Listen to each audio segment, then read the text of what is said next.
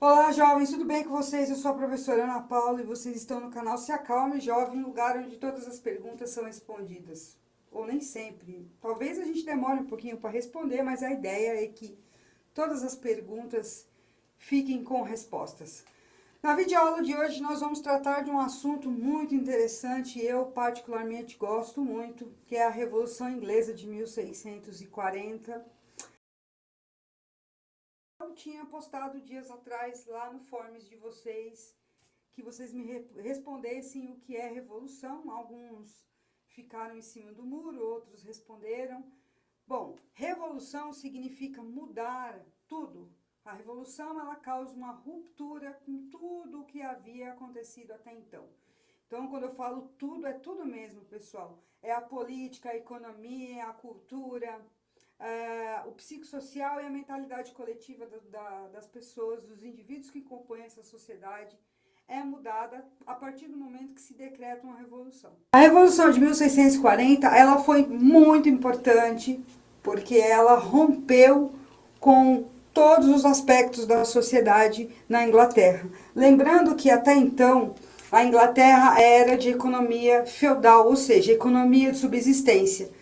Havia uma hierarquização da sociedade, onde o rei era o detentor divino das terras e havia os nobres, os súditos, os camponeses, lembrando que é do campesinato que vai surgir a burguesia, que vai eclodir e vai tomar conta de vários setores da sociedade após, principalmente, essa revolução. Lá atrás a gente viu que dentro das reformas religiosas nós tivemos a reforma da Igreja Católica, que instituiu a Inquisição, a perseguição aos considerados hereges. Nós tivemos também Martinho Lutero, que vai reformar a igreja, vai pôr em pauta o protestantismo, que vai surgir uma nova ideia religiosa, mas nós vamos também ter um personagem muito importante nesse imbróglio histórico, que é o Henrique VIII. Henrique VIII acordou um belo dia e disse: ó, quero mudar de esposa. Aí o Papa chegou e falou: nananina, não pode. Aí ele falou: não, que isso, cara, você está tirando, levando uma comigo? Eu vou romper com você.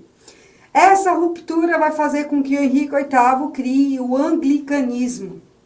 E isso vai mudar totalmente a mentalidade dos ingleses, porque eles terão uma Bíblia própria.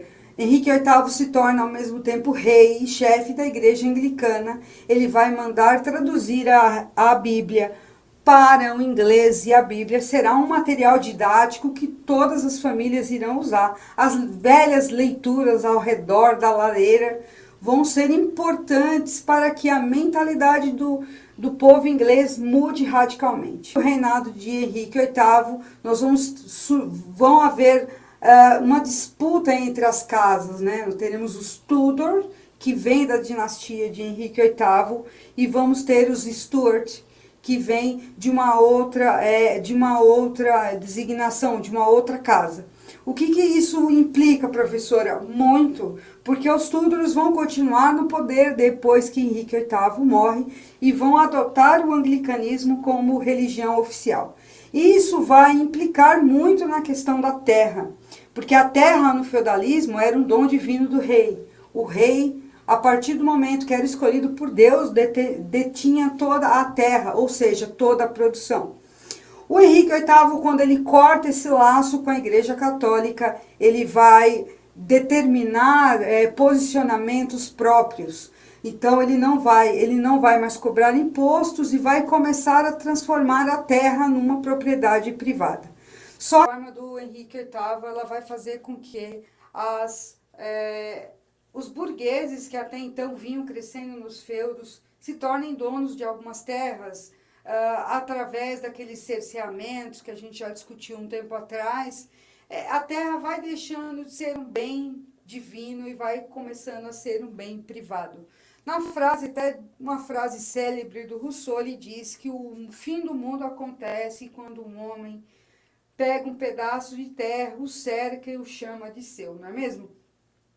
Então, seguindo nessa dinastia dos Tudor, nós vamos ter o Carlos I, que vai começar a dar uns pitacos dentro do parlamento. Lembrando que o parlamento era dividido, o parlamento inglês era dividido em duas câmaras, né?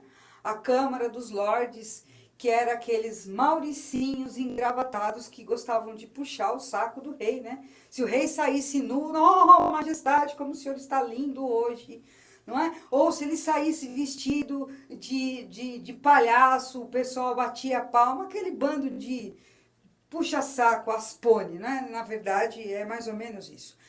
Com a ascensão dos Tudor e a reforma do Henrique VIII, nós vamos ter o surgimento. A Câmara vai se dividir em dois. Nós vamos ter a Câmara dos Lordes e a Câmara dos Comuns, que era basicamente formada por aquela burguesia que vem à ascensão. Aquele cara que fala, eu podia estar matando, roubando, me prostituindo, mas estou aqui vendendo bugigangas, e através desse comércio ele começa a arrecadar um pouco de dinheiro e automaticamente começa a querer mandar, falar, tá tudo dominado, aqui é tudo nosso, e etc, etc, etc. Bom, brincadeiras à parte, quando nós vemos essa divisão da Câmara dos Comuns, Carlos I começa a cutucar e falar, não, pera lá, eu tenho que ter regras, eu vou pôr regra, menina que é regra, certo? Se você não fizer o que eu mando, você está F3 pontos. Tenda-se como vocês quiserem. Nesse sentido, nós vamos ver uma movimentação da burguesia, ela vai ser liderada por Oliver Cromwell, um líder puritano da época, lembrando que a reforma, ela não parou em Martinho Lutero, viu gente? Ela foi reformada depois por Calvino, e num outro momento na Escócia, John Knox vai fundar o puritanismo, a onda puritana. E dentro dessa onda puritana nós vamos ter vários homens que em nome da família, dos bons costumes e do acúmulo de capital, vai empreender uma guerra contra o rei, porque ele vai entender que a liberdade de comércio, a liberdade de você comercializar com quem você quisesse era muito importante. Lembrando que as monarquias absolutistas tinham uma forma de comércio muito peculiar, que é o mercantilismo, que a gente já viu em aulas anteriores, mas eles vão romper com essa ideia. Por quê?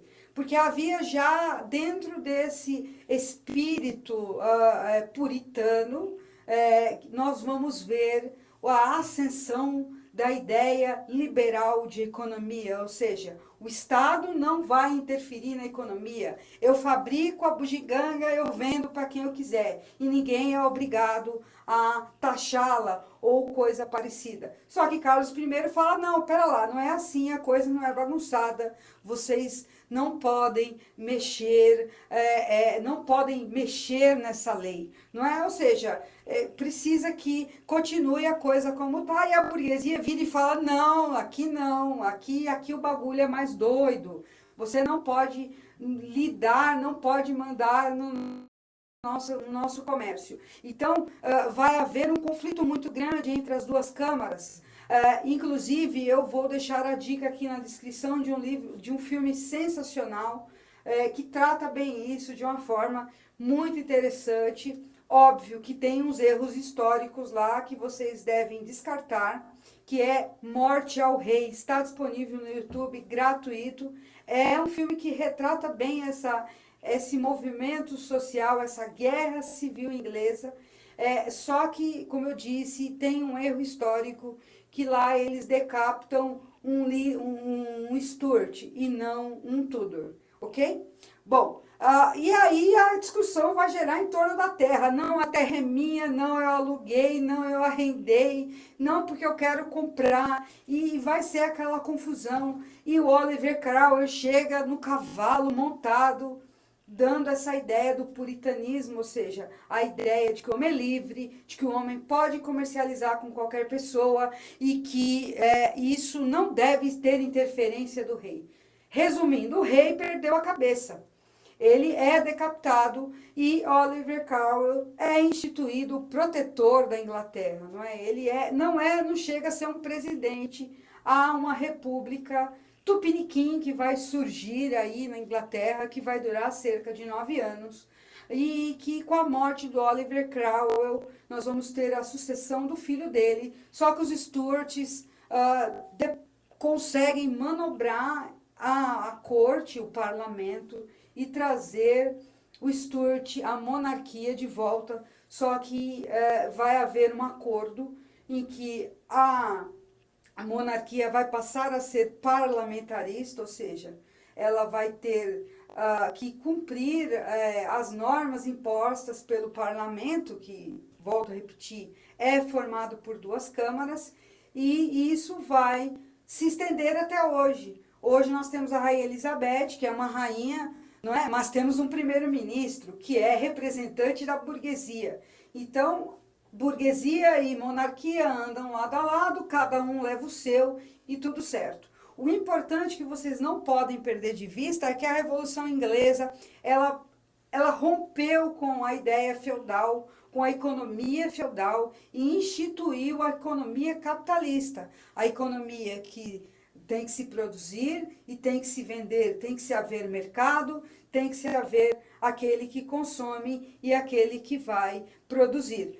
Essa ideia capitalista que vai eclodir na Revolução Burguesa de 1640, e aí quando eu digo Revolução Burguesa, eu estou dando a dica para vocês que vai haver uma outra revolução um pouco mais para frente, que vai ser chamada de Revolução Industrial, que, pasmem, senhores, será decretada também pela Inglaterra, não é? A Inglaterra chega e fala assim, nós é o cara, nós é firmeza, nós faz a revolução, nós produz e nós tem máquina, certo? Mas isso é um assunto para uma nossa próxima aula, e um pouco mais para frente nós teremos aí a tacada final da burguesia, que é a Revolução Francesa, né? Que Luís XIV, aquele menino